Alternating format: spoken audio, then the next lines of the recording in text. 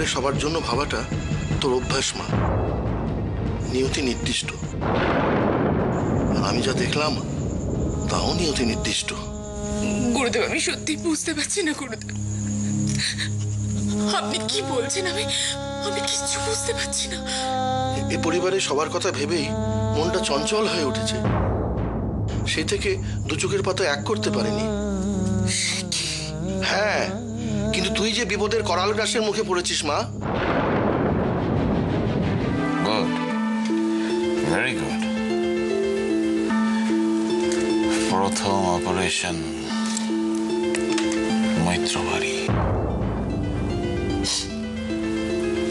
মহারানী অপর্ণা দেবরায়ের জান ওই বাড়িতে। আপনি ঠিক যেমন যেমন বলেছেন তেমনই ব্যবস্থা করেছি। কিন্তু এই চালানাটা চমকে 40 করে দেবো। বড্ড ছটফটানি বেড়েছে, দেখিস এমন করে চালানাটাকে টাইট দিবি যাতে মা পর্যন্ত বলতে না পারে।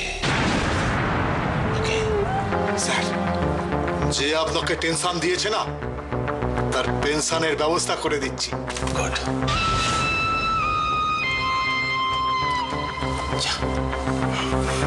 এটা নিয়ে যা, যা যা যা।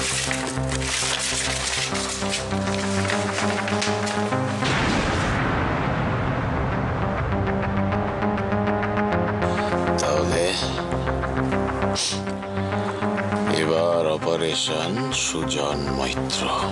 এই সায়নের সাথে তোমার এত কিসের দরকার গো? আরে ও কিছু না, আমি ঠিক সময় চলে আসবো, তুমি চিন্তা করো না। যাচ্ছ যাও, পালাবে কোথায়? ফোন তো আছে। হ্যাঁ,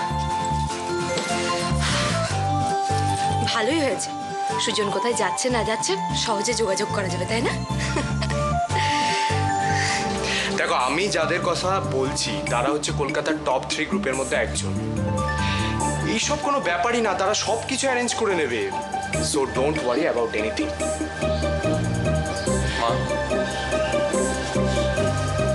মা আমি বেরোচ্ছি, তোমার কোনো প্রবলেম হলে আমাকে একটা ফোন করে নিও। সৈকত, তোর বাবা ভালো হয়ে যাবে তো? সব কি ছেলে মানুষের কথা বলছো বলো তো? সামান্য বিপি বেড়েছে তার জন্য এত টেনশন করছো? ভালো হয়ে যাবে। হ্যাঁ হ্যাঁ, সব ঠিকঠাক আছে। নিশ্চয়ই। আসলে এই অপারেশনের মাঝখানে আমি আপনাকে কিছু জানাতে চাইনি, আচ্ছা শেষ হোক সব বলছি। হ্যাঁ বস, হ্যাঁ হ্যাঁ রাখছি এখন। এবার দেখি চাঁদু তোমাকে কোন সালা বাঁচায়।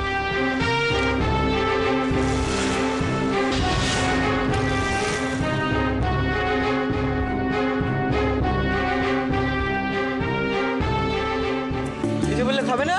রাগ করেছো?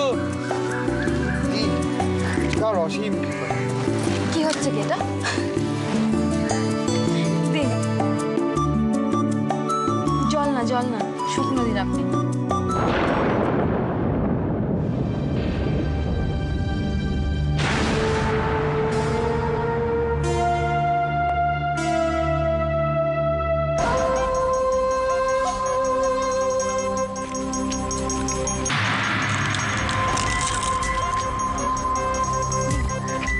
ফুচকাওয়ালা, ফুচকা দাও, ফুচকা খাবো।